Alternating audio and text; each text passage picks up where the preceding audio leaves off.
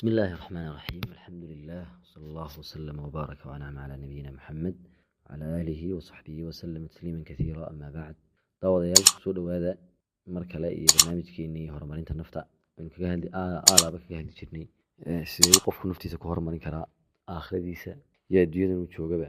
Maanta waxaynu dul istaagi doonaa inagoo dabada soconaa silsiladeenu kaga hadlaynay qofka iyo qorshe samaysigiisa. Waxaan ka soo hadalnay qofka muslimka ah iyo inuu hadaf yeesho. Waxaan ka soo hadalnay qofka muslimka ah iyo inuu qorshe yeesho samaysto. Qorshihii iyo qaabkii loo dhiganay iyo qaabkii loo samaysanay ka soo hadalnay. Waxaan ka soo hadalnay hadafyada in 5 qodob loo eego smart lagu soo ururiyo. In ka soo hadalnay waxaan maanta bal si kooban uga hadli doonaa sidee qofka ugu suura gali kartaa inuu hadafkiisa xaqiijiyo. dhowr qodob baynu ka eegi doonaa siyaabo badan bay ugu xaqiiqoobi kartaa. kow, qof muslima oo iimaan leh oo muslima oo mu'mina baa tahay oo nabi maxamed rumaysan calayhi salaatu wassalaam oo ilaahay inuu isagu yahay rabbul kown wa rabbu samaawaati wal ard. ayaad xasuusan tahay. waxaad markaa mar kasta aad niyada ku haynaysaa ana allaha huwa almalik huwa almudabbir huwa almusarrif alumuur huwa alladii yuxyi wayumiit huwa alladii yucizu wayudil. waxaad xasuusanaysaa ilaahay isagu kownka inuu maamulo, inuu isagu iska leeyahay. waxaad xasuusanaysaa inuu yahay rabbul asbaab, asbaabta ka abuuray. inagu waxbaynu isku dayeynaa, asbaab baynu la imanaynaa, waxbaynu qorqoraynaa, hadaaf baynu qorshaysanaynaa, niyada ku qabanaynaa. laakiin cidda ugu horreysa ee niyada ku qabanaynaa waa allah subxaana watacaala. waxaad xasuusanaysaa qowl allahi tacaala fi suurati ali cimraan قل اللهم مالك الملك تؤتي الملك من تشاء وتنزع الملك ممن تشاء وتعز من تشاء وتذل من تشاء بيدك الخير إنك على كل شيء قدير. لا يحليه نيم محمد واحد هذا مالك الملك إله بقرتي لماذا إسكاله. قل اللهم مالك الملك تؤتي الملك من تشاء عدة دون تهد بقرتي لماذا سيسا تعز من تشاء عدة دون تهد استيسا شرف يستيسا وتذل من تشاء عدة دون تهد ليسا بيدك الخير إنك على كل شيء قدير.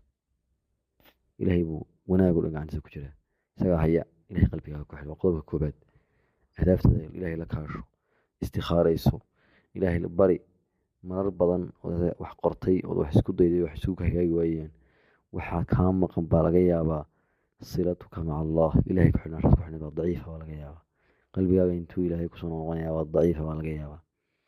إلهي كحلنا سبحانه وتعالى. قلبك اللبات waxyaabaha ahdaafta suura geliya ee sababta u noqdo waxaa ka mid ah in qofku uu ahdaaftiisa qoro oo aanay noqonin yani calaa qalbihi wax dihnigiisa ugu jiro. sanadkan waxay qorshaysan 2025 intaasoo lacaga sameeya, intaasoo kitaab inaan dhigto, intaasoo koorasna qaato, waxaasa ku qorshaysan maskaxda ku haystaa.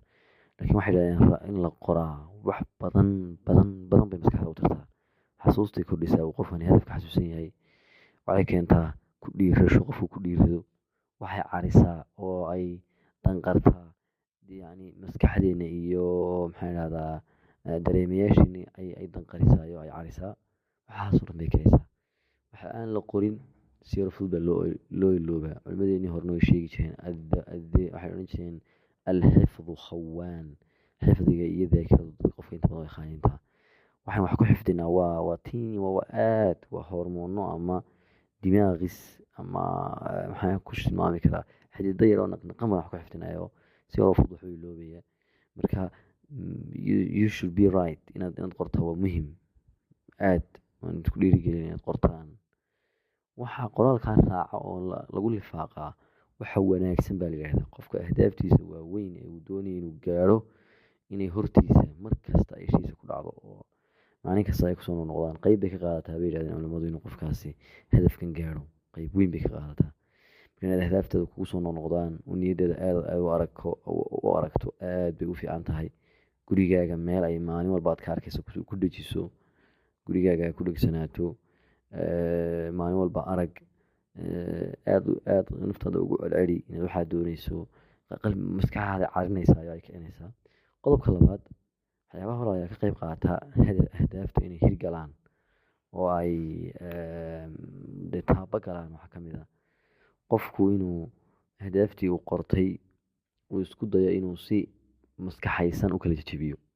hadaf weyn baad lahayd مثلا tusaale ahaan waan ka imanaya 10 sano 5 sano waan ka imanaya sanadkan 2025 hadaf baad qoratay waana si fiican u fahansan tahay si loo kala jebiyo hadafka. waxa ugu wanaagsan baa la say shirkaduna isticmaalaan inaad 4 quarter u kala jabiso 4 qaybood 3 bilood 3 bilood 3 bilood waxaana samayn kartaa 2 3 quarter 4 bilood iyo 4 bilood iyo 4 bilood samayn kartaa laakiin waxa wanaagsan baa la 3 bilood kow dhowr arrimood oo ku wanaagsanto kow waa muddo kooban 3 bilood 9 cisho de waa muddo kooban weeyaan laba waxaa la yiraahdaa ahdaafta la qorayo xilligaas oo ahdaaf yar oo qofku ku raaxaysan karo qabashadooda oo ay inay suuragal tahay saddex waa meel uu qofku iska barqaban karo oo is dareemi karo marka 3 quarter in loo kala jabiyaduna waa muhiim qodobka afraad ee lagu daro waxa weeye qofku inuu habits ka dhigto ahdaaftiisa ahdaafad dhigatay qorshaad lahayd habits ka dhigo caadooyin ka dhigo waxaad u leedahay caado maxaa la yiraahdaa waa wax qofku qabto waan ka sheekeyn doonaa insha Allah taala muqaaladeena soo socda laakiin habit si guud ahaan macnayno waa wax qofku qabanayo laakiin aanu ka fikirin qabashadiisa isma weydiinayo goorma imkaad qabataa ma soo qabsan bisarkaya مثلا su'aalahan maskaxdaada way gaajo ku sheegaysa gaajada maskaxdaada kama fikirtan iyo maad gaajoonaysaa wallahi isma tiraahid maskaxda alaamu bay soo dirtaa waa inay caado noocaas waxa nooca ku noqda caado مثلا su'aalahan qof muslimka salaad waa caado هذا عادة كديجاتو أو عادة روتين أو كسون نقنيس أو ريجور روتين كده تكو أدي ما أحب روتين بيونود لكن روتين كو is very important هذا نشري لهين ستريس كو بدن لعبالي روتين كذا نشري لهين كروتين كده ما يعني كم هذا لكن روتين كمعناها لان كاتنا مثلا سؤال قف روتين وحو كديجتي هدف سنة كنينو إسكخيدو ميسان كيسة 10 كيلوغرام صالحان halka ka oran lahaa toban baan ilinaya waa inuu hadaf ka dhigtaa 3 bilood waa inaan muddo 9 cisho maalin kasta tagaa jiimta carara bila qaada waa hadaf waa caado bari ka maalin markay hadafkaas ugu hirgalay way maskaxdiisa la qabsan soo xasuusinaysaa si fudud ku tagay akhiran وقبل الآخرة يعني qodobka u dambeeyay gabagabada أهدافته وحيابها سورة قلية ولا يلوح كمذا